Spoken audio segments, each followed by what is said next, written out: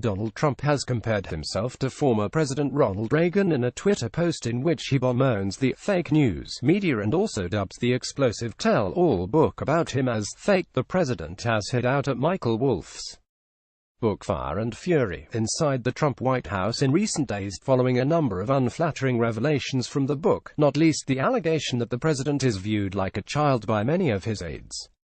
In his most recent tweet on the topic, on Sunday, Trump said, "I've had to put up with the fake news from the first day I announced that I would be running for president. Now I have to put up with a fake book, written by a totally discredited author. Ronald Reagan had the same problem and handled it well.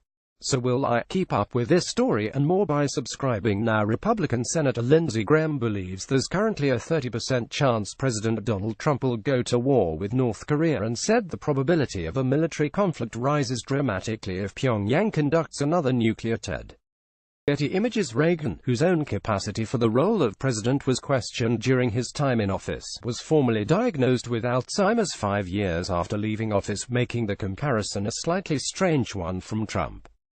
Indeed, an analysis from The Washington Post adds the news media did indeed question Reagan's mental health at times, but such questions were at least somewhat validated. Reagan's son Ron Reagan wrote in his book My Father at 100 that he noticed his father deteriorating around 3 years into his first term, The Guardian reported.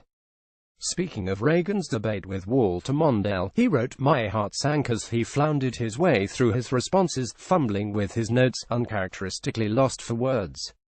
He looked tired and bewildered." Despite his recent pledge to handle the book well, the president has already lashed out a number of people based on the book's release, including the author and his former chief strategist Steve Bannon, whom he dubbed Sloppy Steve after the inclusion of some of Bannon's observations in the tome. Michael Wolff is a total loser who made up stories in order to sell this really boring and untruthful book. He used Sloppy Steve Bannon, who cried when he got fired and begged for his job. Now Sloppy Steve has been dumped like a dog by almost everyone. Too bad. Trump wrote of his former ally Bannon. Trump has denied the allegations outlined in the book, and claims he did not speak with Wolff for the book. However, Wolff alleges he did speak with the president for the book, whether or not Trump was aware it was on record, and claims he has notes and records to back up his story.